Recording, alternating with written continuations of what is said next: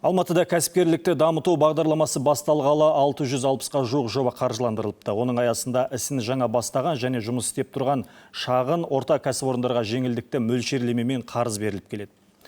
Несиенің ең жоғары сомасы 500 миллион теңге, ол 7 жылға дейінгі мерзімге беріледі. Бағдарламаның тиімділігі туралы Жансая Олжабек тарқатып айтсын.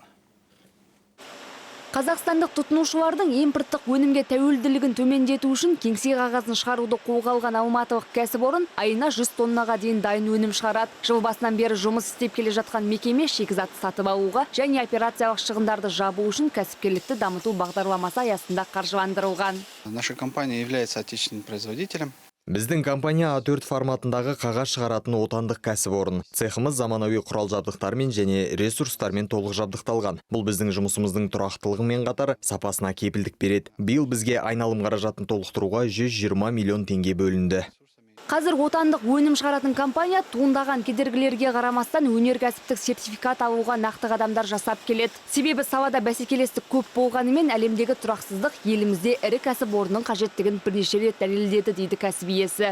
Жергілікті нарыққа жоғары сапалы кеңсе қағазын ұсынуды мақсат тұтқан зауыт бүгінде үздіксіз жұмыс істеп тұр. Отандық бұл өндірістің қуаты күніне ішінде осындай 500 данасы бар 2000-ға жуық бума қағазды шығаруға қауқарлы. Зауыт әзірге 10-ға жуық маманды жұмыспен қамтып отыр. Келешекте олардың санын арттырып, 2 ауысымдық жұмыс кестесін құру көзделген. Алматы бизнес 2025 өңірлік бағдарламасы шеңберінде іске асырылатын қаржыландыру аясында жаңа жұмыс орындарын ашып, жеңілдікті мөлшерлемемен қарыздар беруге ерекше ден қойылады.